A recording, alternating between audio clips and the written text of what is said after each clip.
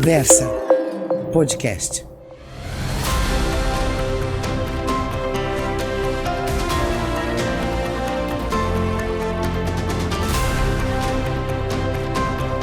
Bom dia, boa tarde ou boa noite, dependendo do horário.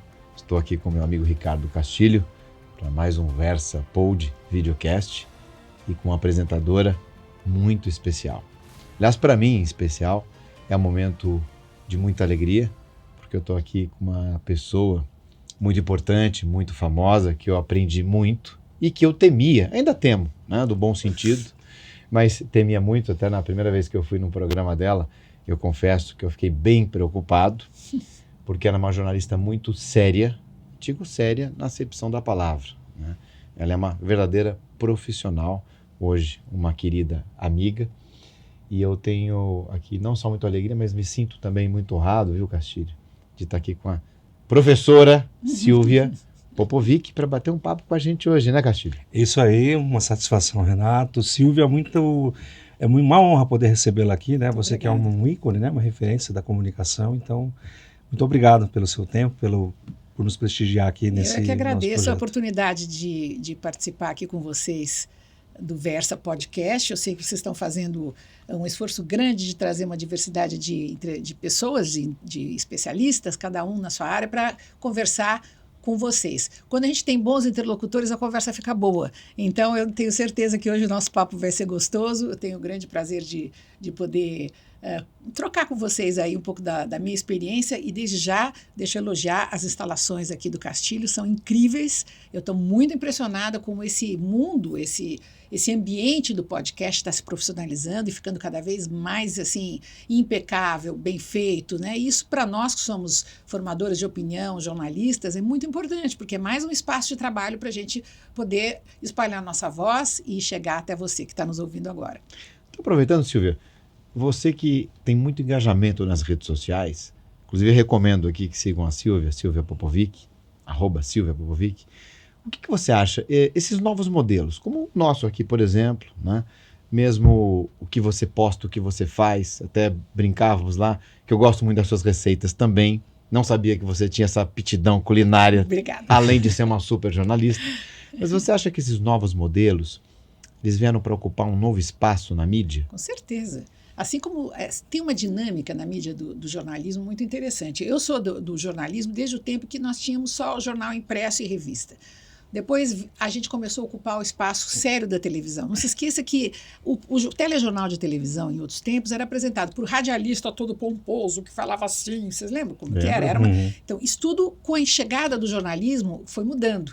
Então, a gente foi trazendo um linguajar mais natural, mais espontâneo. Aí, os jornalistas começaram a ocupar o entretenimento, trazendo também credibilidade para o entretenimento, porque isso era uma coisa que não existia, só existia nas revistas. Você tinha a revista Cláudia, você tinha revistas voltadas para a mulher que eram sérias, mas na televisão, não. Na televisão era tudo uma mistureira, assim, tudo. Se o cara queria participar, ele pagava, se ele queria ser entrevistado. Aí, nós fomos qualificando espaços. Obviamente que a gente vai perdendo alguns, e outros vão aparecendo. Então, eu acho que tem uma dinâmica que a gente tem que estar sempre muito atento e não pode nunca falar, não, isso piorou. Não, não é assim. Na verdade, são novos espaços que a gente tem que ir qualificando e ocupando com seriedade. Se você tem um compromisso com o seu público, você vai fazer aquilo bem feito. Se você não tem, você vai se vender, você vai fazer daquilo um espaço só para ganhar dinheiro sem pensar no futuro. Se você pensa só no aqui e agora, você vai durar pouco tempo. Se você é uma pessoa que pensa com um pouquinho mais de missão, né, dentro daquilo que você faz, você vai sobreviver. E eu, graças a Deus, me orgulho de 45 anos de vida pública e sem ter nunca tido nenhum problema, vamos dizer, nessa área aí de eventualmente ter me manchado por fazer coisas que eu não me honraria hoje. Então, para mim, isso é importante. Acho que o podcast veio para ficar. E só uma coisa, pelo contrário, né? Ela transmite seriedade. Aliás, conversávamos nos bastidores, vou confessar aqui, primeira vez que ela me convidou, e eu fiquei, até já dei o spoiler, morrendo de medo aqui. Porque a Silvia, ela pegava pesado, né? Ela enquadrava as pessoas, né? Então, se o sujeito tivesse aí intenções, né, não muito corretas, ele já se entregava ali. Mas isso que era bom, né? Porque passava a verdadeira seriedade. Mas eu confesso, Me deu medo a Mas, primeira vez Renato, que eu fui. que pra gente, quando a gente começou a entrar em televisão, a gente tinha que mostrar para o público, sinalizar para o público, se eventualmente a produção errasse, trouxesse um picareta, que existia muito, ou um psicólogo malandro, ou alguém sem... Tinha muito isso. De repente eu vi que o cara estava vendendo um peixe ali, eu falei, esse cara está se aproveitando daqui para querer vender um peixe e enganar meu público.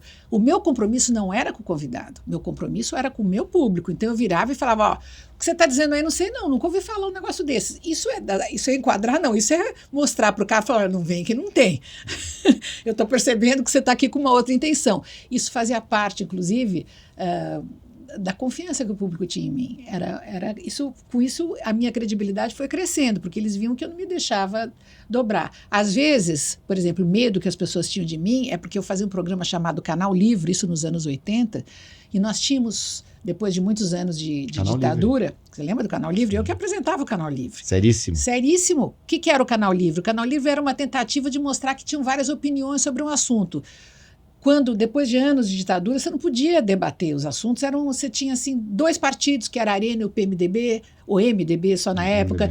De repente, então, a gente começou a ter opinião variada. Então, ia falar de prostituição, você tinha o padre, a prostituta, o usuário da prostituta, a pessoa que criticava a família, Associação Cristã de Moça, você tinha todas as...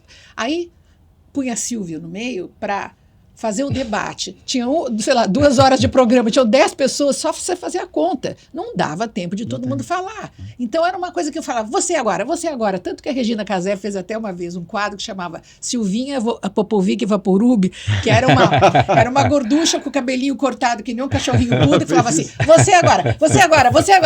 Ninguém falava, não tinha jeito. Não tinha como. Não tinha como, você entende? Não tinha espaço. Mas a Band queria, na época, que o programa pegasse fogo, e muitas vezes realmente pegava muito fogo, era muito polêmico, e quando não era polêmico eu tinha que insuflar. Enfim, são momentos da televisão, foram épocas que as coisas, tudo foi amadurecendo, né? Hoje em dia... Agora você é uma Instagrammer. Eu sou hoje uma produtora de conteúdos para o Instagram, para o YouTube, para o TikTok e Facebook. A propósito, eu queria saber qual é a sua visão do futuro da TV aberta, dentro desse cenário que hoje, né? Ela vai acabar, ela vai se Acho modificar? que nunca vai acabar, só que não vai ter essa predominância, esse protagonismo de ser a única tela, né? Hoje em dia nós temos de uns 10 anos para cá, desde que o celular começou a entrar para valer, nós temos várias telas. Você tem a tela do seu celular, você tem a tela do seu iPad, você tem a tela várias outras telas do seu computador de mão, seu computador de mesa. Então a televisão é mais uma tela, que era só era a grande produtora de conteúdo de entretenimento. Hoje não é mais assim, hoje você tem a TV fechada, você tem vários produtores, aumentou o número de produção de conteúdo, você tem o podcast. Por exemplo, eu no meu carro, não tem dia que eu não entre que eu não ouça podcast, eu adoro. Eu também. Eu vou sozinho ouvindo, por exemplo... Quando o Marcelo estava doente no hospital, eu ia até o Morumbi, né, ia sozinha no carro, eu ia ouvindo podcast que era, sei lá, era 40 minutos, mais ou menos, muito gostoso. Então, hoje a gente tem informações através de várias telas. Eu acho que a televisão continua assim, a televisão ainda é muito assistida, especialmente pelas classes mais baixas, que não têm dinheiro para pagar Netflix, essas coisas todas, e vai continuar existindo. Só que não vai ter esse protagonismo que tem e que teve durante toda a nossa vida. Mudou. Está mudando, não quer dizer que seja ruim, quer dizer que está diferente. A gente não pode ser conservador quando você fala em comunicação. Tem muita coisa para chegar aí, muita coisa para vir. E por isso que a gente conta com vocês, advogados, para ver onde é que tem que cercear, como é que tem que ser as leis, como é que nessas novas mídias nós vamos precisar dos advogados, para ver, justamente para regrar tudo isso. Porque o perigo é a falta de regra. Quando você tem regra, você não tem que ter medo de nada, na minha opinião. Inclusive, na semana teremos a colocação em pauta do projeto de lei das fake news, extremamente polêmico, trará novas obrigações para as big techs, para as plataformas digitais acima de 2 milhões de usuários. Vamos ver o que vai acontecer, né? Há muita polêmica nisso. Qual a sua opinião sobre isso? Eu acho que a tecnologia está ligada, né, Silvia, à evolução do comportamento. E quando o comportamento muda muito drasticamente, e quando a sociedade tem dificuldade de perceber o que está mudando, não tem outro jeito. Nós temos que ter uma regulação, uma lei, aí tem que vir o Estado para diminuir um pouquinho esse gap. Eu concordo. Senão a sociedade fica refém. E esse é um grande problema que a gente tem hoje. A evolução muito rápida e a dificuldade de perceber. Até aproveitando, né? falávamos com a Silvia. Silvia, e o chat GPT? Você tem usado? Eu não consigo nem falar direito esse chat PTV. Para mim, tá vendo? TPV é tão novo esse negócio que eu fico nem sei falar direito. Agora, eu fui dar uma busca no meu nome e deu tudo errado. Tudo errado. Então eu já me desapontei, mas daí uma amiga minha que conhece muito falou: imagina, mas esse chat aí não é bom para biografia, é bom para conteúdo. Se você buscar um tema, ele vai ter mais fonte para buscar essas informações e aí você vai se surpreender. De fato, eu vi que realmente, se eu fosse estudante nos dias de hoje, eu não ia ter que fazer pesquisa mais, era só o GPT. O GPT já resolvia a minha vida, mas eu ainda não tenho opinião formada, mas acho que vai ser bom. Então temos que desconfiar do chat GPT. Com certeza, no que se refere à biografia. Tem que checar o que ele diz, né, Renato? A gente tem que, qualquer seja lá que tema for, você pega, É o que a gente faz, né? é o que a gente faz. Na universidade, chequem os resultados, né? Critiquem os resultados. Você não pode ter ele como uma fonte Tá errado fiel. que data de nascimento, tá dizendo que ela apresentou o Jornal Nacional. Não, tudo Dentro errado. das Olha, coisas. eu fiquei bem desapontada, porque dá tudo errado. Agora, daí eu soube que todo mundo que coloca o próprio nome fica desapontado, porque ele, acho que ainda não tem, diferentemente do Wikipedia, não é? Sim. No Wikipedia tem coisas erradas, mas é mais dinâmico e mais antigo, então acho que houve mais É correção. mais fidedigno, né? Você tem uma clareza da Eu não fonte. entendi ainda muito bem para que eu vou usar isso. Mas, por exemplo, eu imagino que se eu vou fazer um debate sobre determinado tema, ao invés de eu ter que procurar no Google em todas as fontes, eu ponho lá o tema e aquilo vem pronto para mim, mais ou menos Isso é mais um repertório. É mais uma fonte de Vou fazer uma informação. pergunta aqui. A gente tem um quadrinho do chat GPT, né? Deixei já pronto dessa vez, fizemos a polêmica. Mas aqui, ó, olha o que eu perguntei aqui. Eu perguntei qual é o prato preferido da Silvia Popovic. Aí ele está respondendo aqui, olha, não temos informações específicas. Então eu vou dar. Mas ela fala, é possível que ela tenha mencionado sua comida favorita em entrevistas ou em suas redes sociais. E aí, para obter informações atualizadas, siga a Silvia Popovic. Interessante. Aí, ó. Ele mandou seguir? Ele falou, siga as redes sociais da Silvia. Gostei, porque aí eu falo desses assuntos. Quer dizer, ele sabe que eu falo de comida Você vê que nas interessante redes esse sociais. input? Qual é o isso seu prato preferido? Na hora que você falou de coisa preferida, me veio na cabeça sorvete de café, que eu adoro sorvete de café. Sorvete de café. Ué, você... Mas não é Tô prato. com vontade de experimentar. De onde? Não é prato. Você Não, faz? isso eu fazia na infância. É tão fácil. Sorbet tão ou fácil. sorvete? Não, sorvete mesmo. Com leite? Com leite condensado, creme de leite, assim, bem pecado mortal mesmo. Aquela coisa assim terrível, entendeu? Mas é uma delícia. Você mistura simplesmente leite condensado, creme de leite e põe café, mas o café tem que ser muito forte. Tem que se fazer um café bem concentrado. E aí você põe no freezer e dá uma misturada umas 2 vezes. Mas fica, assim, espumante, com uma delícia. Agora é bomba calórica, mas é divino, maravilhoso, não tem erro. A gente nunca falou de comida aqui, né? Não. Já falando de comida? Falava só quando a Michelle veio, que ela estava naquele programa de bolo, né? Ah, do bolo, que ela fez. Ela também do mas bolo, ela caiu o nunca- bolo. Exatamente. Caiu o bolo. Foi. Caiu o bolo. Dê uma olhada lá no quadro da Michelle, né? Mas falando de café, sorvete de café, tem uma coisa que eu gosto muito, que chama afogato. Amo. Que é de café Sabe também. que é afogato? Adoro. Afogado adoro. de café. Sorvete de creme com café expresso Em quente cima. derramado em cima. É um Exatamente. espetáculo. Mas tem então como dar errado, né? não, exatamente. Você vai adorar essa minha receita, então. Eu também adoro café com leite, assim, sabe, o café com esse gosto de fundo de leite, que o sorvete nada mais é do que um creme de leite também misturado. É a mesma coisa, praticamente. Só que é um pouquinho mais doce, esse é mais infantil, vamos dizer. Mas qualquer coisa Olha, com leite condensado e creme de leite vai dar certo, né? Você mistura isso, Olha, põe eu qualquer não sou coisa. muito amigo de leite condensado, mas eu gosto. Eu também não. Eu evito. Mas a gente tem um estúdio aqui do lado grandão, já convidamos a Silvia também para fazer uma reunião que muito em breve nós teremos a primeira versão. E quem sabe ela traz uma amostrazinha do Olha sorvete aí. de café dela. Vamos depois nos bastidores ver se a gente consegue convencê-la, né? Né, Castilho? Você topa? Claro, ó. Ficou aqui, já deu água na boca. Adoro café, né? Eu gosto muito de receitas fáceis e simples, mas que tem uma pegada mais descolada. Eu acho que a gente tem que... Por exemplo, essa receita que eu falei é uma receita de infância minha, por isso que na hora que você falou, veio na minha cabeça. Não é uma receita que eu faça mais em casa hoje, por 2 razões. Primeiro, porque ela é muito engordativa. Então, eu evito comer coisas tão calóricas.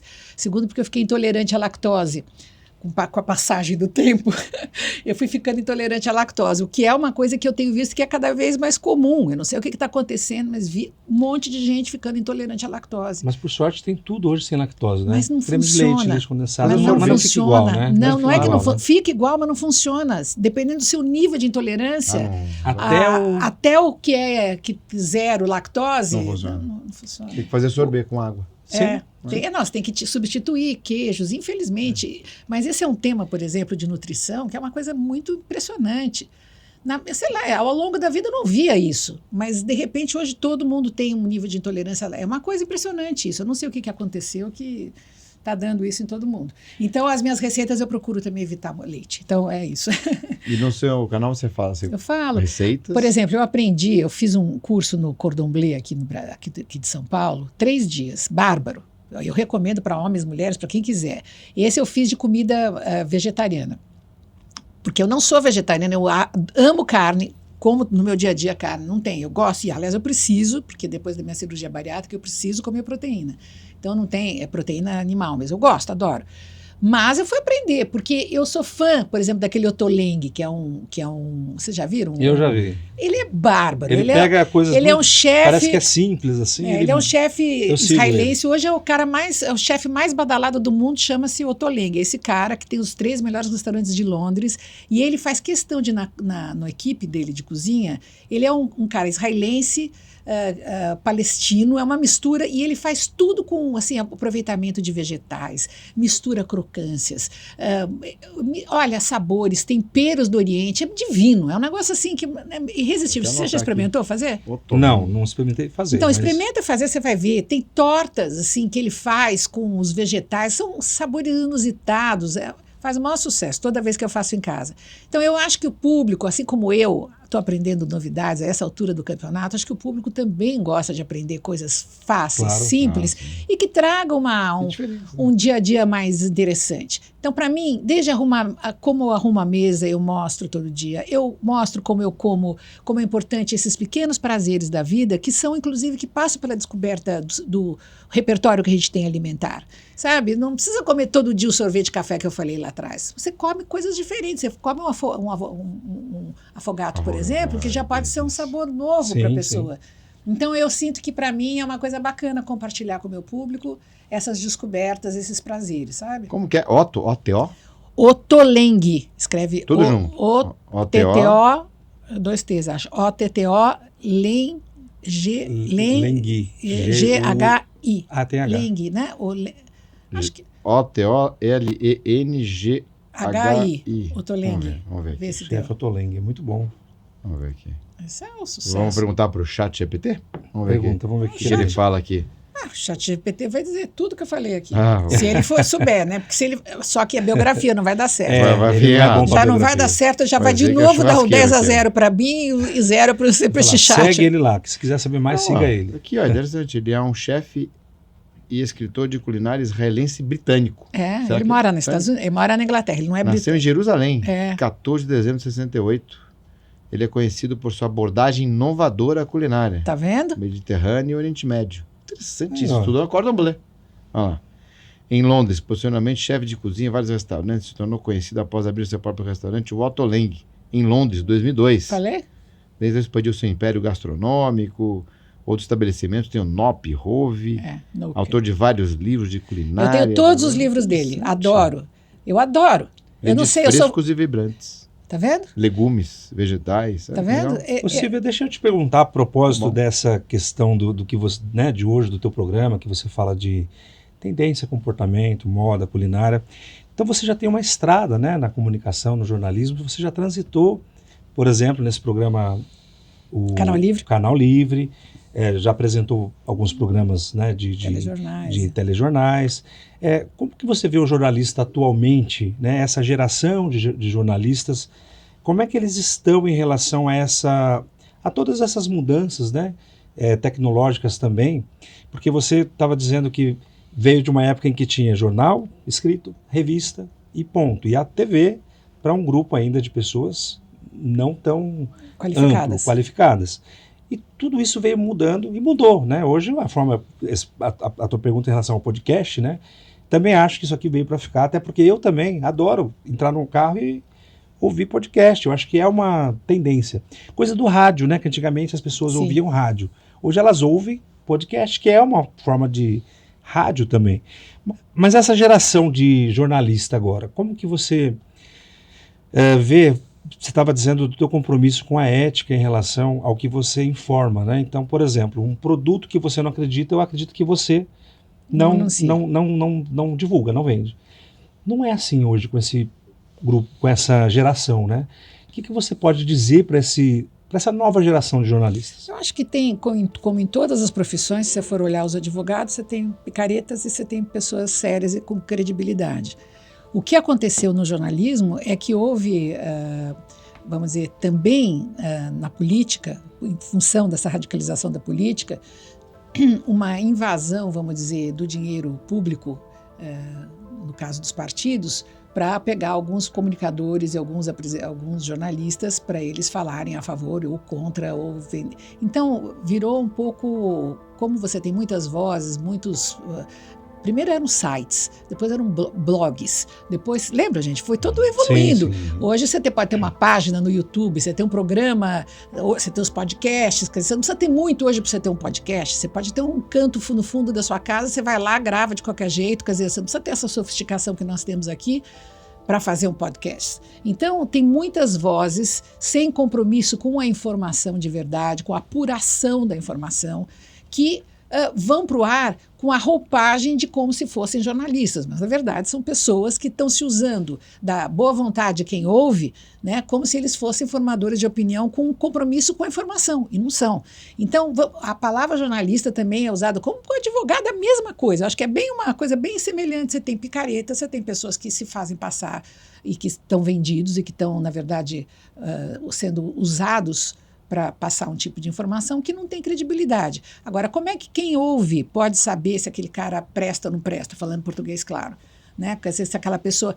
Eu acho que você sempre tem que ouvir todo mundo com o pé atrás, com o espírito crítico. Não abre mão da sua suspeita, vamos dizer, de avaliar. Será que isso é verdade mesmo? Vai checar. Pergunta para outra pessoa. Não entra de bobo na primeira que você ouve. É que nem fake news. Vai apurar. Ninguém aqui é idiota. Você não é idiota, eu não sou idiota. Então não seja massa de manobra. As pessoas têm que ser críticas. As pessoas têm que ouvir com uma pulga atrás da orelha. Sabe? Então aí você vai formando, sabe? Não é que tem que desconfiar de todo mundo, não é todo mundo bandido, não é todo jornalista que é filho da mãe e também não é todo jornalista que é a pessoa que falou é aquilo.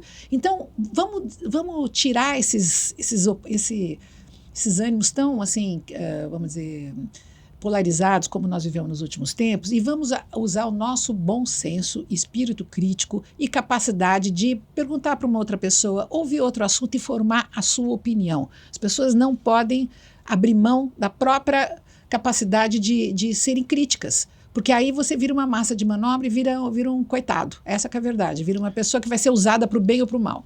Mas colocar um pouquinho de pimenta no tema, porque é algo que é difícil, né, Silvia, da gente conseguir pelo menos compreender. Então, a maior parte das pessoas, quando recebe um conteúdo, ou quando aparece o algoritmo, né? Vivemos a era do algoritmo, isso é uma desgraça. Da programação. Quem é que detém o controle dos algoritmos? Quem que detém? Para mim, essa é a coisa que eu mais quero saber, porque é o meu patrão e eu não sei quem é. Que é aquilo que a gente cita, né? Sempre cito o Lawrence Lessig desde 97. Poder estará com quem tiver o código, que é o algoritmo. Nós chamamos de algoritmo. As plataformas têm a programação. Então, em tese, elas podem mudar essa programação. Isso que pode impactar. Então, hoje, abrimos o Instagram, por exemplo. Aquilo que aparecer em primeiro lugar vai chamar atenção. Mas eu escolhi? Não aparece. Eu até tenho uma opção, mas ela não fica, né, de seguir a ordem cronológica. Não. Aparece aquilo que tese a inteligência, entre aspas, artificial, acha que eu quero ver. E é isso que pode gerar um grande problema. E o problema que eu coloco é, as pessoas, foi o que você colocou, as pessoas deveriam ler, ver, assistir com pensamento crítico, mas elas têm condições de ter esse pensamento crítico? Então, eu queria colocar por debate isso. As pessoas têm condição de pensar dessa forma? Porque nós estamos discutindo aqui entre nós que nós estamos mais acostumados, né, com isso. Silvia, com toda a experiência dela, produtora de conteúdo, Instagram, até como eu falei, etc. Nós que trabalhamos na área, enfim, temos essa percepção. Mas quanta gente, Silvia, a gente não conhece? Você viu o que aconteceu? E eu falo, não, mas aconteceu o quê? Isso aqui caiu, explodiu, não sei o que e tal, mas você tem a fonte? Não tenho a fonte, tá bem? Aí você vê a fonte X, Y, Z, que nem existe. Como você colocou um blog Z? Então, olha que situação que nós estamos... As tecnologias que eram para ampliar a informação, elas ampliaram, muitas vezes, até a desinformação. Com certeza. Fake news virou uma praga, uma coisa horrorosa. Como justamente... E o pior para mim é o que você falou, é como tem gente que se expõe a isso, a fazer isso, a ficar falando fake news sabendo que é mentira. Sabe, é uma gente que eu amaldiçoo, sinceramente, sabe? Porque pega uma profissão tão nobre como a do jornalista que devia, sabe? Você estuda para comunicar o que aconteceu para um grande público. Quer dizer, você é um canal de facilitação de como você vai decodificar aquela informação que aconteceu. Eu acho o jornalismo uma profissão espetacular, né? E, de repente, ela é ocupada por um monte de vozes que não têm esse compromisso com a verdade do que aconteceu e passou. Não querem nem saber. E é por grana mesmo. É gente que se vende, é gente que está querendo se aproveitar para, sabe, não tem compromisso nem com o país que vive, nem com as pessoas, nem com o outro, com a sociedade, com a construção de um dia melhor. Sabe, é muito micho. Essa que é a verdade. É mentira, você falou agora que vai... Mentira. É mentira. Mentira, Essa que semana... é um pecado terrível. Aliás, se é fake, não é news, né? Olha, do... Milton Jung. Milton Jung. Olha aqui, ó, tá sendo lembrado aqui, Milton. O conceito, não esqueço mais isso. Você disse agora há pouco, Renato, que está sendo... Essa semana vai passar para criminalizar vai ser pautado agora, as fake news, é isso, né? Quando que vai pro ar o nosso podcast? Criminalizar não, vai trazer uma série de obrigações e sanções até pecuniárias. Criminalizar no sentido porque fake news, no final, ela pode se tornar crime, né? Dependendo das consequências, e em regra se torna mesmo, né? Porque quantas vezes essa irresponsabilidade, né, de um jornalista de divulgar uma notícia inverídica... Ou até não jornalista, né? Mas eu lembro, a primeira versão do projeto, ela tinha 3 ou 4 dispositivos com tipificação penal, que eu até tem entrevistas, enfim, até elogiei. Isso foi suprimido por questões de discussão, política, etc. E hoje existe um projeto separado, só que até onde eu sei está adormecido, com a questão criminal, que eu acho que tem que ter. Sim. Tem que ter essa responsabilidade também, enfim, porque é mentira, aquilo que eu até dei ênfase aqui, para mim é algo muito sério, muito grave. Até falei que é pecado, tá, 10 mandamentos, tal, enfim... É muito sério. E as consequências, né? O consequencialismo disso. Olha, vamos pegar aqui só... Esse tema é muito rico, né? Pô. Aquela primeira história que me porque marcou. também envolve com o negócio de censura, que é o que o pessoal que é contra regular diz que é censura. Escuta, não é censura, é que nem dizer não pode usar o cinto de segurança. É mentira. Tem que ser divulgado. Lembra aquela moça no Guarujá, que morreu, foi morta? Em função de um boato? Lembro. De magia negra, alguma coisa assim, etc. Então foi uma mentira, a pessoa morreu. Quantos outros casos não existem, né? Mas enfim... É o que a gente está aqui tentando, né, equalizar e entender como é que nós... Eu não vejo outra forma senão regular. Você me perguntou isso atrás, tem que regular. Concordo. E temos que começar esse debate, não tem outro jeito. Temos que equilibrar essas influências, vamos chamar assim, como um todo. Mas, Silvia, até aproveitando, né, nos seus canais, você tem muita reação, chegou a ter já discurso de ódio, ofensas, agressões? Eu tive quando eu estava no ar ainda na Bandeirantes, no fim da Bandeirantes, que era o auge, quando começou a pandemia, e então tinha muita fake news, tinha muita desinformação sobre vacina, sobre doença, sobre tudo, estava assim, era o começo dessa polarização toda. Então, no começo, eu tive. E aí, foi até uma boa coisa para mim, porque eu, ao invés de ficar batendo contra e entrando nessa provocação toda, eu resolvi desenvolver um conteúdo mais leve nas minhas redes sociais. Foi sabe, essas Legal. coisas que eu não suportava essa tensão. Eu não suporto até hoje. Eu odeio essa coisa polarizada. Eu não acho que isso não ensina nada para ninguém.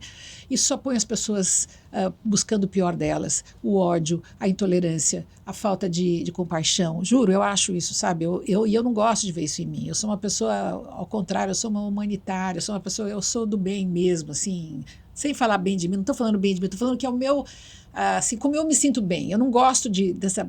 Se de um lado, durante anos, eu era uma pessoa que estimulava até a polêmica, né? E gostava... Hoje, meu momento é outro. O meu momento é o de leveza, de mostrar as coisas boas da vida, esperança. Eu estou noutra. A gente vai mudando e eu acho que se aperfeiçoando na vida. Nesse momento, para mim, isso é o que me interessa. Então, Mas ficou no ar ainda, então, né? Já que tá lembrando, qual que é o teu prato preferido? como assim ficou no ar? Eu não falei? Ela falou a Falei de sobremesa, sorvete. né? Seu Que é o prato. sorvete falei. de café. Falou só do café, sorvete de café. Não, eu gosto de várias comidas. Eu gosto muito de beef bourguignon, por exemplo, que é aquela carne feita no vinho durante muito tempo, que é, na verdade, um prato que tem um nome chique, mas na França, em Paris, por exemplo, você come beef bourguignon em qualquer bistrô de esquina que você entrar, porque é um prato que você pega uma carne que aqui a gente considera de segunda, que na verdade não é de segunda, que é uma carne mais saborosa, deixa ela cozinhando com um monte de cebolinha, um monte de cenourinhas, bacon, temperos, bouquet garni e bastante vinho, aquela carne fica lá cozinhando. Aquilo com uma batata cozida no molho, por exemplo, também eu adoro com um pouquinho de creme de leite, fica uma delícia. Aquilo é comida típica francesa de bistrô. O nome é chique, mas a comida é saborosíssima. Adoro beef bourguignon, eu gosto de pastel. Coq au vin. Coq au vin também gosto. Aliás, em Paris agora eu fiz uma viagem e até mostrei nas redes a viagem para Paris, fez grande sucesso. O melhor restaurante Coq au vin da França. É escolhido o restaurante que é o melhor. Tem lá. Tá nas suas redes. Tá nas minhas redes, tá lá nas minhas redes. Se vocês olharem, eu fiz um arquivo dos melhores restaurantes que a gente foi lá. E não era melhor de chique, gente, era melhor de descolado. Por isso que foi. Bom e barato. Não era barato necessariamente, era bom. Que fica a brasileirada toda, Renato, vai para a França, fica tudo assim querendo ir nos mesmos restaurantes para ver mais brasileirada e todo mundo comendo comida no fundo, que não é tão boa. Ou se é boa, é igualmente boa, você paga 1/3 se você for na esquina de novo. A França é o país que valoriza a comida. Então, mesmo que você vá num restaurante mais simples, você vai comer muito bem. Né? Então, se você quer ver e ser visto, você vai ter que ir naqueles restaurantes de turística. Comida turística. Eu acho uma pobreza. Essas alturas, para mim, não é o que eu gosto de fazer. Eu gosto de descobrir coisas legais. Assim como eu gosto de trazer para as minhas redes sociais as coisas legais que eu vejo no dia a dia. O belo, o bonito, a flor, o arranjo. Não é só, falo só coisa de dona de casa, de roupa. Também moda 50+. Me preocupo muito com esse público 50+. Então eu falo muito de como se vestir, como ampliar os limites de você não ter que se vestir de uma forma careta. Não é porque você é mais velha que você tem que pôr, sabe, estampa pequenininha e tem que parecer uma senhorinha. Mudou, nós vamos embora, nós vamos até os 100 anos. Meu pai está com 95. Quer dizer, sabe, eu no mínimo tenho que chegar aos 100. E a Silvia é sempre muito elegante, viu? Diga-se de sempre. passagem. Obrigada, muito obrigada. Faço questão por exemplo, isso é uma coisa que eu acho legal. Acho que a gente não tem que abandonar a visibilidade porque está ficando mais velha. E, infelizmente, tem esse jargão e é verdadeiro. Quer dizer, a mulher fica mais velha, ela vai se tornando invisível aos olhos dos outros. E ela não precisa ficar assim invisível. Ela tem que se vestir bem, ela tem que estar no seu melhor. Aliás, todos nós temos que estar no nosso melhor a qualquer tempo. Com 20 anos, com 30 anos, é uma obrigação você estar se superando a cada momento. Sabe, isso é felicidade. Você está no seu melhor naquele momento. E aí você vai viver essa parte da vida, que é a terceira fase da vida, no seu melhor, dentro do que for possível para você. Não faz sentido você se encaixar dentro de um estereótipo, porque você está com 50+, ou 60+, ou 70+. Por que isso? É vida. É tão nobre quanto a vida de um bebê. Aliás, mais ainda, porque você já tem experiência de ter passado muitas coisas, você tem do que ensinar e você tem que estar no seu melhor. Com as suas dificuldades da época, sim, mas e daí? Sabe, com doenças, com intolerância à lactose, com problema de mobilidade, mas você vai vivendo o melhor que você puder. E aí você vai ser digna daquela vida que você está recebendo. Sabe, e valorizar a vida é uma coisa assim nobre. Eu acho que essa é a nossa obrigação. Então, odeio quem me põe regras na cabeça. Não pode usar jeans justo. Por que não? Se eu acho elegante, se eu acho bonito. Sabe, uma coisa é você estar adequada para aquilo que você é. Eu sou uma pessoa que eu acho que eu estou adequada ao que eu sou. Eu acho. Se eu também não achar, é azar dos outros, porque cada um faz. Cada um vai ampliando seus limites, entende? O problema é que as pessoas sempre reprimiram os mais velhos, sempre acharam que os mais velhos estavam no fim, acabou, sabe, a fruta caída. E não é assim. A vida é muito nobre e a gente tem que fazer dela o melhor que puder. Mas a Roberta, minha esposa, é tua fã, viu? Só pra registrar Obrigada. E só aproveitando que hoje estamos falando também de comida aqui, e depois eu vou perguntar. Estou vendo que você gosta de comida mesmo, hein? Gosto. Estou lembrando lá do Clube de Campo, hein? Mas eu fui fazer uma palestra uma vez na OCDE, lá em Paris. E as minhas viagens eu sempre, quando dava, eu levava a Roberta, né? Lógico. E era assim muito corrido. Eu lembro que nessa vez a gente chegou tão cansado que a gente dormia acho que 10 horas, 12 horas seguidas, que pra gente já é muito, né? Mas aí a Roberta fala, viajar com o Renato é complicado porque a gente emagrece, porque ele nunca para pra comer, não sei o que, só quer fazer, enfim. Mas nesse dia a gente tava com muita fome e tava andando ali perto da Champs-Élysées e tinha uma ruazinha lateral, acho que o hotel ficava ali pertinho. E me chamou a atenção uma placa, menu, entrada, prato principal, sobremesa, 22, 20 euros, alguma coisa assim. Achei interessante. E quando eu olhei, falei, poxa, esse lugar aqui é legal. E eu vi ali aviões, etc. Eu sempre gostei, né, de aviões aqui. Para quem não sabe, minha primeira profissão era para ter sido cadete da Força Aérea. Essa minha profissão só não fiz porque eu sou míope, então isso era restritivo. E ali, na verdade, o que é? Uma subsede do Aeroclube de Paris, numa rua ali transversal da Champs-Élysées. Um achado. Pequenininho, não é restrito só apenas a sócio, tem esse cardápio completo. Deve estar esse preço ainda bem acessível. E comida típica parisiense, não turística. Então, deixar essa dica aqui também para o pessoal aqui do Versa. Mas esse olhar é que é o olhar interessante hoje. É descobrir coisas novas. Isso é curiosidade. Isso é que é rejuvenescedor para qualquer pessoa. Não é ir no mesmo lugar, na mesma coisa, com a mesma... Vai descobrindo coisas novas. Não tenha medo de experimentar. Eu acho que, sabe, a gente tem que ter essa... Puxa, que legal, descobri um lugar que tem a ver, vou entrar, vou experimentar. E, de repente, você tem uma surpresa divina, sabe? Um presente. Sabe, é maravilhoso. Eu levo a vida assim hoje. São os pequenos prazeres, são pequenas descobertas, é ampliar esses limites da rotina. Sabe, vai ampliando. Então, eu entrei nas redes sociais assim, porque se eu tivesse me limitado... Eu fazia um programa que tinha 100 pessoas no estúdio, mais não sei quantas. Eu tinha figurinista, maquiador, maquiadores, cabeleireiros, produção, um monte de gente trabalhando. E de uma hora para outra, eu fiquei dentro da minha sala com o meu celular e a Lena, que é minha funcionária, me ajudando subindo cortina, descendo cortina para ver a luz e fazendo o programa da sala por conta da pandemia, da sala do sofá da minha casa, para todo o Brasil, fazer de lá sentada. Não tinha mais nenhum desses esquemas. Quando acabou o programa, 20 dias depois, também por conta de todas essas confusões, eu me reinventei. Quer dizer, eu podia ter ficado quieta, ficando na marola da melancolia. Vou ficar aqui, sabe? O programa não deu certo, acabou, ia ficar nessa barrigada. Podia ficar anos deprimida porque não deu certo, porque o programa não sei o quê, porque me prejudicaram, porque isso... Eu não entro nesse papel. Eu não tenho compromisso com a melancolia. Eu tenho compromisso com a vida. O que eu fiz? Comecei a falar, então eu vou começar a mostrar minhas coisas aqui de casa, minhas coleções. Eu tenho coleção de peso, eu gosto de não sei o quê. Eu fui mostrando para o pessoal minhas coisas, falando de mim, falando das coisas que eu acredito, tendências de comportamento, coisas assim. E deu super certo. Por quê? Porque de novo, são pequenas coisas que fazem o clique na vida da gente. A gente tem que valorizar aquilo que gosta e fazer o que gosta. Vai dar corte isso aí, Soraya. Ter o compromisso com a vida, não com a melancolia. Hein? Olha, já dá um corte perfeito. Vários cortes, né? Olha aí. O Silvio, o que para você, então, é a simplicidade e o que é luxo para você? Então, luxo para mim é desde um brinco de brilhantes maravilhoso, porque eu não tenho nenhum preconceito contra as coisas ricas e bonitas. Eu se puder usar, eu tenho uma alma empiroada, eu gosto de me enfeitar, eu gosto de perfume bom, eu gosto das minhas pulseiras. Você entende? Eu sou solar. Eu não sou uma pessoa que acha que só o bonito está no pequeno. Não acho isso. Mas como eu acabei de dizer para você, para mim, luxo é desde isso até poder ver, por exemplo, como nesse final de semana eu vi um pôr de sol na fazenda, onde eu estava convidada, sozinha, eu olhando o céu de abril se transformando no amarelo, depois no vermelho, depois ficou violeta, daí a lua começou a aparecer. Eu fico até emocionada, quase choro, porque foi assim tão maravilhoso. Aí as estrelas começaram a aparecer. E eu agradeci a vida ali naquele momento. Então, para mim, eu estou realmente emocionada, estou arrepiada de contar, porque foi assim muito... Presente de Deus. Foi. Presente de Deus. Foi assim foi uma coisa que eu recebi, assim, me deu muita paz. Então, isso é luxo também. Sim. Muitas coisas na vida são luxuosas. A vida tem muitas, por isso que eu digo, vamos valorizar quem está vivo. Eu acabei de ficar viúva, por exemplo, e eu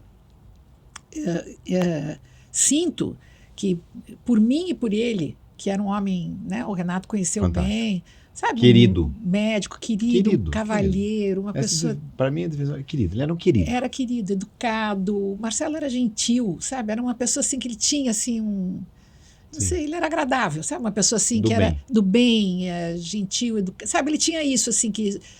poxa, ele não está aqui com a gente agora. Eu me sinto na obrigação de viver por ele também. Então, sabe, eu sinto isso. E porque tem uma filha jovem ainda, né, da idade dos filhos do Renato também. Porque Também as uma querida. crianças eram... Que a Ana... Beijo pra Ana. A Ana está com 22, fez 23 semana Futura passada. doutora. Futura doutora, estudando medicina. Então, luxo são muitas coisas.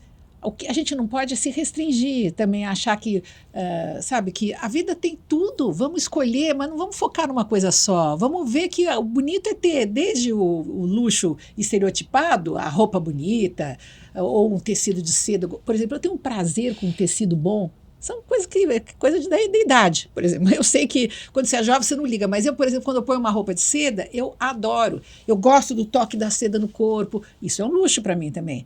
É uma coisa que eu me dou, sim, que eu valorizo e assim como para mim luxo é poder ter tempo, é poder brincar com o meu gato. É luxo para mim também, eu gosto. É ficar com a minha filha. A minha filha está dormindo na mesma cama que eu agora, que ela vem de Sorocaba e para me fazer companhia, e ela dorme comigo na minha cama, eu adoro, porque eu fico com ela brincando como se ela fosse jovenzinha, e não é, ela tem uma moça, mas ela vem para me acarinhar, porque eu estou nesse momento, a gente dorme na mesma cama, você não pode imaginar como é gostoso. Então são coisas assim que eu me emociono porque eu valorizo, e eu dou valor para isso, não é que a coisa passa batida, eu valorizo as coisas boas que eu tenho e espero continuar tendo. Acho que luxo é ter um pensamento como o seu. E para além disso, tem um filósofo que ele fala sobre o tempo.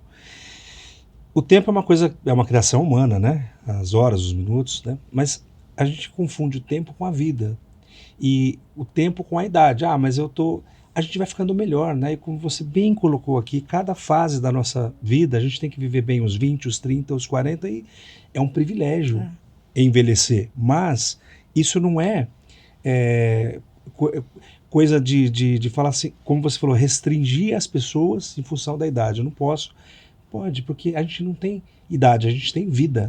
Vida no seu sentido mais amplo, desde bebê até quando a gente fizer a nossa passagem. Mas a questão de luxo, e eu sabia que você ia dizer isso tudo, né? É a simplicidade mesmo, né? É a forma de você enxergar a vida, não importa em que contexto. E você faz isso com muita beleza, né? Quando você fala com... Hoje eu falei com a menina que trabalha em casa, né? Falei, eu vou falar com a Silvia. Ela te adora, ela já acompanha. Então você realmente tem uma missão. E aí linkar essa questão do jornalismo a você entregar para as pessoas, né, um pouquinho dessa tua vida, Estilo porque você vida, expõe, né? você expôs aqui pelo menos de uma forma tão natural e tão genuína de ver a vida que me tornei mais fã ainda. Então, obrigada. Obrigado. Mas eu sinto que, por exemplo, a sua funcionária ou os funcionários da fazenda onde eu fui esse fim de semana, eu ganhei um monte de presente, ganhei vasinho montado especialmente para mim, a outra fez um pão fresco, sabe? As pessoas querem devolver. Então isso me estimula mais ainda a entregar. Sabe? Entregar o quê? Entregar o que eu sou, com espontaneidade, com os meus defeitos também, porque ninguém é. Sabe? Mas eu vou vivendo o melhor que eu posso e compartilhando isso para as pessoas verem que elas também podem viver o melhor que elas podem. Se elas tiverem vontade de viver, porque às vezes a gente é deprimido, tem muito isso. Quer dizer, eu acho que as pessoas são deprimidas, elas não conseguem, muitas vezes, isso é uma doença. Elas não conseguem sair desse estado melancólico para ver a coisa bonita da vida. Então, talvez porque não sejam estimuladas para isso, ou porque talvez estejam doentes. Quem está doente tem que procurar médico, porque isso é uma doença como é a dor de estômago. Quer dizer, você tem uma doença que te faltam uns químicos lá no seu cérebro para você poder estar vendo a vida de um jeito mais positivo. Então, tem que procurar médico, né? Eu sempre falo isso. Agora, de um modo geral, a gente vai levando a vida tão assim no tranco, né? Porque tem que trabalhar, porque o marido isso, a mulher aquilo, e que você acaba banalizando a sua vida, que é um bem tão precioso e tão importante e que tem tantas coisas gostosas para viver, para descobrir. Eu gosto de comer banana, por exemplo, é um prazer que eu tenho. Eu vejo a banana, todo dia que eu abro a minha banana, olha que bobeira isso, mas olha como é que é. Todos os dias que eu abro a banana, eu falo como é bem embalado uma banana. Isso sim é uma coisa de vida. Sabe, você abre a banana vem linda ali dentro, né? Você abre, ela é fechadinha em cima, embaixo, faz cleque, ela vem bonitinha, ainda você tem embalagem para comer, você come aquela fruta deliciosa, saborosa, e aí ela fica fechadinha. É incrível. Então, eu tenho hoje, assim, eu vejo essas coisas. Hoje eu fico, assim, curtindo, assim como eu curto também montar uma mesa bonita, pôr os talheres, os que eu tenho em casa, que são de prata. É luxo, mas eu também uso os outros que são de bambu, que eu também gosto, os de madeira. Sabe, tudo eu dou valor. Eu deixo bonito. Eu gosto de me cercar do belo para poder, sabe, tocar apesar das enormes dificuldades, por exemplo, que eu tenho, que é de ter ficado viúva. Uma dor que está aqui dentro de mim, gigantesca. As pessoas não podem imaginar. Quer dizer, acham, a sua vida é fácil. Não é fácil, não. Eu tenho muitas dores, tenho muitas... Cada um tem o seu pacote. Os judeus falam isso, né? O Marcelo, meu marido, era judeu, e ele dizia assim, cada um... Acho muito certo isso, assim, cada um carrega o seu pacote. Sabe, todo mundo tem o seu pacotinho para resolver. Então, nunca fique idealizando a vida do outro como se o outro fosse... Então, todo mundo tem suas questões. Só que a maneira como você carrega o seu pacote é que são elas. Então, eu espero que vocês consigam carregar o pacotinho de vocês da melhor maneira, mais positiva. Porque é assim a vida. A vida não é só o glamour, a beleza, o luxo. A vida tem suas dificuldades. Mas, enfim, estou falando muito aqui. Deixa eu parar. Não, e que dificuldade você passou, mas é bonito ver você... Eu não vou usar o termo se reinventando, não, mas ver você desse jeito, né? Ajudando tanta gente, feliz com poucas coisas. E você me fez lembrar do meu sogro, que morreu há pouco tempo também, no final do ano passado, o Zé Roberto Faria Lima, pai da Rô. Eu conhecia bem ele. Ele falava, poucas coisas, né? Na vida a gente vai guardando alguns momentos. E quando eu me casei com a Rô, estou 22 anos, graças a Deus, né, Rô? Bem casados. No dia ali da celebração do civil, depois da igreja, estávamos lá com os padrinhos, ele pegou o microfone e ele falou: a vida é feita de pequenos momentos de felicidade, que é o que você está colocando aqui. Eu lembrei dele aqui, viu, agora, lembranças positivas, né? Como é gostoso você passando ainda essa dificuldade e que a gente não vai conseguir abrir mão nunca, mas cada um tem o seu pacotinho, né, como dizia o Marcelo, mas é muito bom ver você ajudando tanta gente e com esse espírito positivo também. Olha, que Deus te abençoe muito aí, que você continue assim, porque com certeza, Silvia, você já ajudou muita gente. E sou ajudada, sou ajudada por elas também. Esse retorno, se não fosse assim, eu não estaria fazendo isso, porque tem um ciclo. Isso volta. Quando eu recebo, sabe, os comentários nas minhas redes sociais, sabe, esse engajamento todo, para mim isso é um estímulo. E eu vejo que eu estou fazendo diferença, então eu continuo. É uma troca, tem um fluxo. Tem um fluxo. Quando, por exemplo, eu encontro alguém e falo assim, eu te conheço desde quando você foi no programa da Hebe anunciar que você estava grávida da Ana e ela te deu um brilhante, não sei o quê. O pessoal fala coisas para mim assim, E eu falava, eu falei assim, eu lembro o dia que você foi, não sei o quê. Sabe, as pessoas me conhecem há 45 anos. Eu entro na casa das pessoas a vida inteira. Então, eu trouxe esse pessoal para isso, voltando à nossa conversa, né, mais de meios sociais, eu trouxe na pandemia muitas dessas mulheres e homens que tinham medo de se digitalizar, e na pandemia nós tivemos que nos forçar a entrar nessa. Porque você tinha que fazer pedido de comida, você tinha que comprar no supermercado online, você tinha que se virar. E, de repente, as mulheres começaram a entrar nas redes sociais, no Instagram ninguém entrava, o pessoal entrava mais no Facebook, né? Começaram a vir atrás de mim, se a Silvia está lá, eu conheço, o ambiente é mais seguro. E começaram, então, a me seguir. E eu comecei a ensinar elas como é que elas podiam entrar em outras páginas. Que elas iam poder comprar um pão gostoso em tal lugar, olha esse chocolate como é feito em tal lugar. E eu ajudava novos empreendedores, porque uma das coisas que eu fiz na pandemia foi descobrir novos fornecedores, gente pequena que estava tentando sobreviver. Por exemplo, fornecedor de flor, que, sabe, eu tentei ver, vocês lembram no começo como é que era? O pessoal todo de festa morria, não tinha mais, não tinha dinheiro, acabou. Então você tinha que ajudar o cara que vendia a flor. Então eu comecei a fazer isso e ensinava o meu povo, olha, entra aqui, você clica aqui em cima, você vai ver, você vai conseguir ver, o cara está precisando vender, você vai comprar por um preço legal também, porque não tem o intermediário. Enfim, e aí essa mulherada toda foi vendo que o que eu mostrava nas minhas páginas eram coisas que tinha uma curadoria minha, e ao mesmo tempo comecei a ter gente que me procurou para pagar, para clientes. Então comecei a ver que eu podia sobreviver também dessas referências. E quem eu anuncio nas redes sociais é gente que eu gosto. Eu, por exemplo, tenho clientes fixos. Tenho a Shopper, tenho a Nexe de roupa, tenho a Tutu Sapatilha, tenho vários, a NV, que é para as meninas, tem um monte de cliente que vai entrando.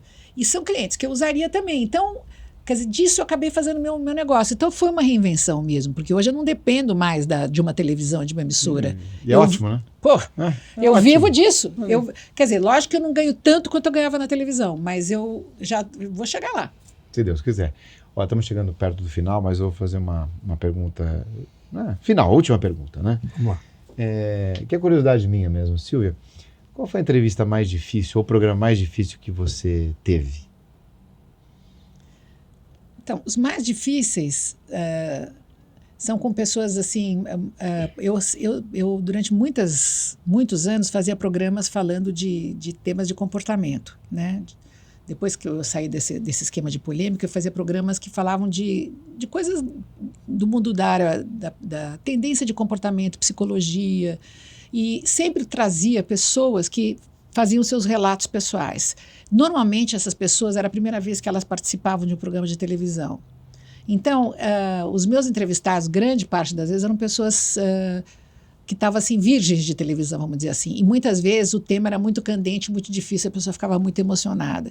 Então, para mim, a coisa mais difícil foi aprender a ouvir e esperar a pessoa contar e tolerar, muitas vezes, a angústia dela, a ansiedade dela. Mas isso, para mim, era o exemplo, vamos dizer, daquilo que eu estava querendo discutir naquele programa. Então, quando a pessoa conseguia ter um ambiente acolhedor, eu conseguia proporcionar isso, eu me sentia muito vitoriosa. Então, para mim, o difícil é justamente essas situações delicadas, onde muitas vezes você tem que ouvir, você tem que ter... De emoção. Né? De escuta. Você tem que ser um bom... O bom entrevistador é aquele que escuta e, ao mesmo tempo, que provoca, no sentido de criar um ambiente onde o outro vai te devolver aquilo que você quer ouvir.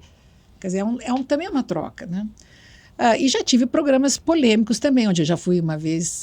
eu era apresentadora de um programa no SBT, o Silvio Popovic, Horário Nobre, e houve uma prisão de um bandido dentro da plateia. Tinha uma plateia de 400 pessoas na Vila Guilherme. Naquela época, as portas eram abertas para a rua na Vila Guilherme, o SBT era assim, simplesmente assim. Você entrava, você queria assistir, você entrava. Olha a loucura. E aí, uns bandidos, parece que atiraram num policial, e a polícia veio atrás dos bandidos, que se esconderam dentro da minha plateia, e eu, nesse momento, fazia um programa, ao vivo, lógico, em rede nacional, entrevistando os maiores médicos do Brasil e do mundo de transplante. Dr. Silvano Raia, Dr. Zerbini, olha a turma. Fígado, coração. Fígado, coração, os transplantados, Tarso de Castro. Não era estrela, gente. Só tinham assim, os maiores do Brasil sentados ali na plateia. Na época até era assim, eram umas cumbuquinhas, o pessoal ficava atrás das cumbuquinhas. Eu lembrei desse negócio da altura. Na época eram assim, umas coisinhas redondinhas, cada um ficava atrás da coisinha redondinha, e eu fazia o programa da plateia, porque o meu fundo do programa era a plateia. O bacana era mostrar, isso era uma novidade, por exemplo. Geralmente, o pessoal desprezava a plateia, né? Não fazia, e eu não fui, isso era um ganho, e eu entrevistava a plateia também. Estava no meio da plateia, os 2 metros assim da plateia, e de repente eu sou muito ligada, eu sou que nem você, assim, eu sou assim, 360 graus, meu ouvido capta qualquer barulho, qualquer sinal, se alguém falou alguma coisa, eu olho na hora, se algum fio... É um treino, né, que se desenvolve durante muito tempo de programas ao vivo. E, de repente, eu comecei a ouvir uma conversa aqui, uma coisa ali, um tititi, um negócio. O que está acontecendo? E eu com o programa, o doutor Zerbini sendo homenageado. Imagina, doutor Zerbini. Era um negócio assim, eu ouvi... Quando a minha produtora falou, corta, acaba. Daí eu parei de fazer. Eu falei, vamos chamar os comerciais e volto já. Quando fiz isso, vieram 2 seguranças fortões, me pegaram, cada um num cotovelo, me puseram para trás. Eu falei assim, olha, cuidado, tá tendo esse assalto aqui, os policiais estão prendendo os bandidos e nós não identificamos não sei o quê. O programa ao vivo tinha que voltar para o ar. 3 minutos depois tinha que voltar para o ar. Você não fica lá dentro, senão eles podem te pegar de refém. Certo? Porque era assim, o cara podia vir com uma arma em cima de mim e pronto. Aí ao vivo eu me matava, eu soltava, aquela confusão. Bom, eu voltei, fiz mais um bloco em pé, na frente da plateia. Não fui pega como refém, porque na época acho que não existia isso ainda, os bandidos não sabiam fazer isso. E aí, no terceiro bloco que a polícia conseguiu prender, os caras estavam escondidos no pé de uma senhora que puxava o pé da senhora, o cara estava escondido, deitado no chão, entre uma cadeira e outra, aí prenderam o fulano, e desde então o Silvio Santos fechou as portas, pôs detetor de metal nas entradas, nós estávamos proibidos de falar isso, não pôde sair na imprensa na época, porque senão virava moda.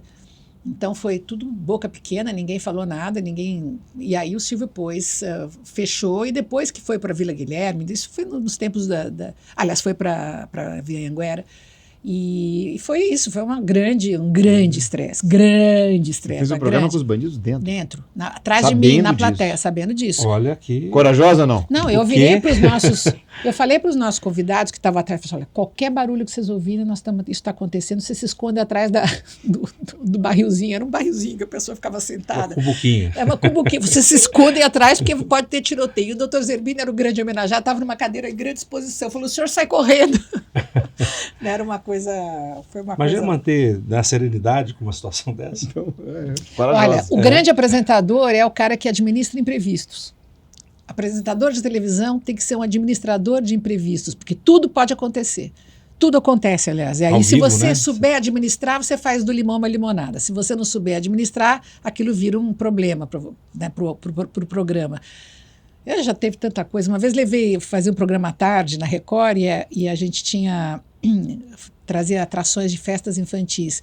Aí estava na moda trazer burro, sabe, burrico? Que a criançada andava em volta da casa, tudo. Vamos levar os burricos, vamos. Leva o burrico no programa. O burrico pega. Na época, a Record estava assim, meio sem dinheiro, era o Paulo Machado de Carvalho, ainda estava vendendo pro bispo, ainda não tinha vendido. E aí, o tapete do meu cenário era um tapete que veio da diretoria, então ele era um tapete alto, que sobrou da diretoria, esforraram ali o que sobrou, com o tapete bem altão, verde, alto, assim. Pergunta o que aconteceu. Na hora que nós pusemos o burrico no cenário, o burro pegou, deu uma mordida no tapete, achando que fosse grama, levantou, porque burro tem uma boca firme, né? Ele levantou, começou a cair cadeira, começou a cair tudo, porque ele levantou o tapete, foi tudo caindo no estúdio. Aí foi um acontecimento, né? Eu mostrei, gente, olha o que está acontecendo, ele está pastando, o burro está pastando. Aí foi aquela brincadeira, aquela coisa. É legal. Mas isso, antigamente era tudo muito assim, escondido, você não mostrava, essas coisas se disfarçava. E eu, com a minha espontaneidade, eu mostrava, porque eu achava graça. Como o Faustão também, que também mostrava os bastidores, né? Por isso que ele também foi criando nome, ele brincava com a imperfeição. Então é isso, um bom apresentador administra os imprevistos de acordo com o espírito que ele tiver. Muito bem. Olha, histórias aqui é o que não faltam, né, Renato? Chegamos ao final, infelizmente, né? Que... Mas a gente sempre brinca, fala que essa é a primeira de muitas, né? Muitas conversas. Sim. Mais uma conversa solta, leve.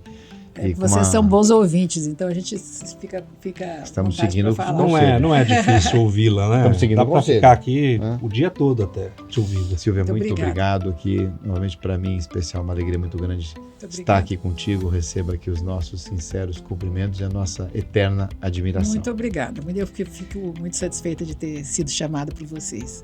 Muito obrigado. Obrigado, Renato. Obrigado Convidar também o pessoal a acompanhar minhas redes sociais. @Silvia Popovic no Instagram. Quem quiser me acompanhar, eu estou lá esperando você. É isso aí, pessoal. Um abraço. Fiquem bem, fiquem com Deus. Até a próxima.